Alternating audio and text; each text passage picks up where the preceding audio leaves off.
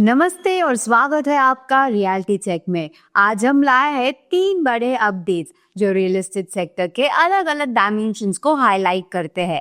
पहली खबर एक लग्जरी लॉन्च से जुड़ी है।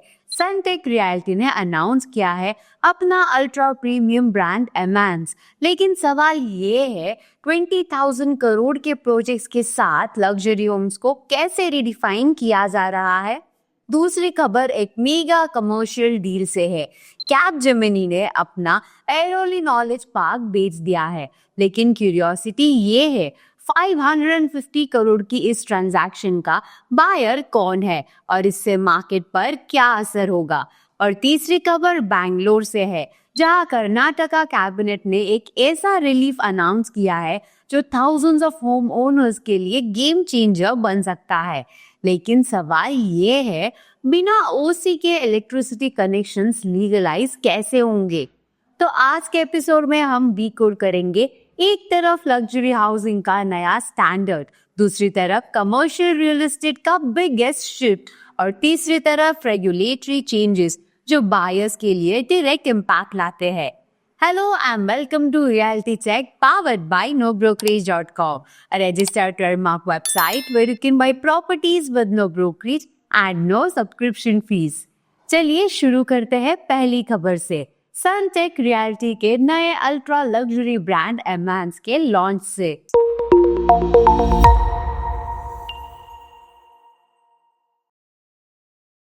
सनटेक रियलिटी ने अनाउंस किया है अपना नया ultra luxury lifestyle brand Emaance. ये एक exclusive by invitation only brand होगा, जिसके अंदर कंपनी मुंबई और दुबई में 20,000 करोड़ के प्रोजेक्ट्स लॉन्च करेगी। पहला प्रोजेक्ट साउथ मुंबई के नेपियन सी रोड पर होगा, जहां सिर्फ 40 to 50 रेसिडेंसेस बनेंगे।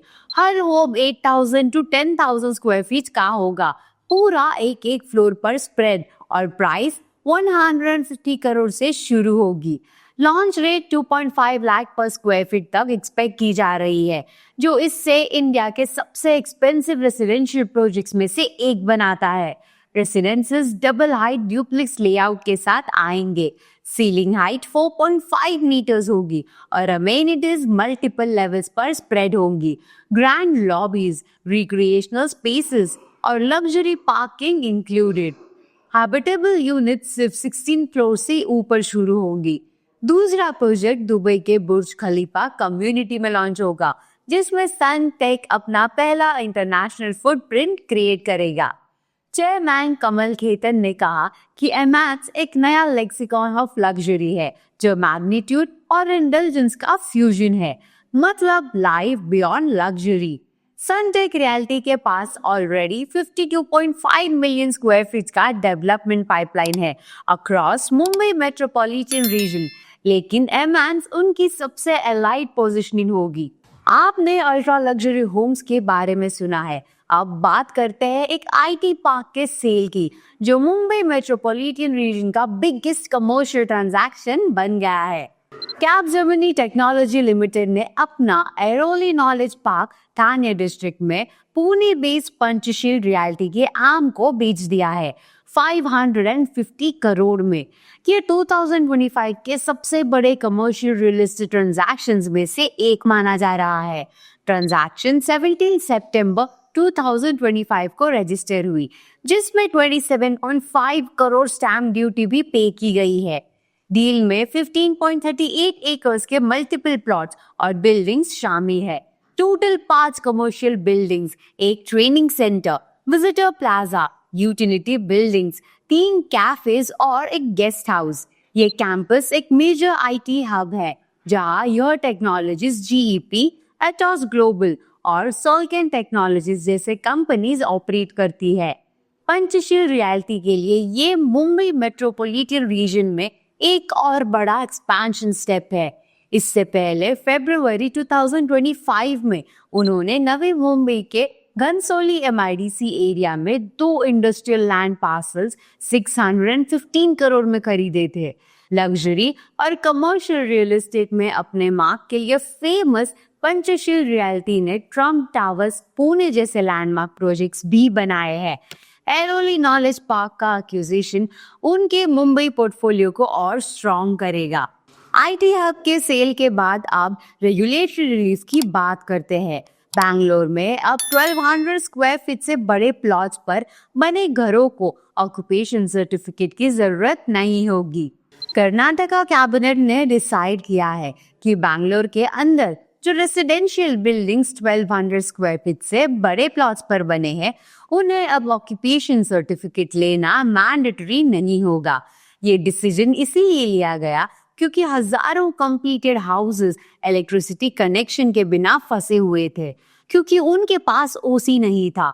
सुप्रीम कोर्ट के एक पहले ऑर्डर के बाद पावर कंपनीज ने बिना ओसी सप्लाई देना मना कर दिया था, जिससे 3.3 लाख से ज्यादा कंप्लीटेड बिल्डिंग्स कर्नाटका में स्टक हो गई थी। अब सरकार ने वन टाइम रिलीफ दिया है।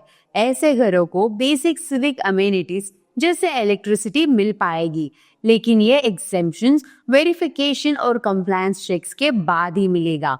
सभी बड़े बिल्डिंग्स को एग्जेम्पशन नहीं मिलेगा। जो भी रूल्स का वायलेशंस करेंगे उन पर पेनाल्टी लगाई जाएगी। सरकार नए लीगल प्रोविजंस लाने वाली है ताकि फ्यूचर में मिसयूज ना हो। कंपैरिजन में मुंबई में 25,000 से ज्यादा बिल्डिंग्स बिना ओसी के हैं, फिर भी उनको वाटर और इलेक्ट्रिसिटी कनेक्शंस मिलते हैं, लेकिन एडिशनल चार्जेस पे करने पड़ते हैं। मतलब बैंगलोर का ये मूव एक ह्यूमैनिटेरियन रिलीफ भी है और प्रैक्टिकल सोल्यूशन भी, जो थाउजेंड्स ऑफ फैमिलीज को डायरेक्ट बेनिफिट देगा। आज के रियलिटी चेक में हमने देखा कैसे लग्जरी हाउसिंग का स्केल बढ़ रहा है, कमर्शियल मार्केट में मल्टी करोड़ डील्स हो रही है और बैंगलोर जैसे सिटीज में बायर्स के लिए रेगुलेटरी रिलीफ मिल रहा है। ये सारी अपडेट्स एक सिग्नल है कि इंडिया का real estate landscape rapidly evolve हो रहा है। बायर्स के लिए नए अपॉर्चुनिटीज और नए चैलेंजेस दोनों को लेकर आपको क्या लगता है, लग्जरी और अफोर्डेबिलिटी का बैलेंस कैसे मेंटेन होगा? अपने ओपिनियन हमें कमेंट्स में जरूर बताइए। वीडियो पसंद आया हो तो लाइक और शेयर करें और ऐसे ही ऑथेंटिक रियल एस्टेट इनसाइट्स के लिए सब्सक्राइब करें nobrokerage.com के ऑफिशियल यूट्यूब चैनल को। और हाँ, बेल आइकन दबाना ना भूले ताकि आपको हर नया अपडेट मिलता रहे।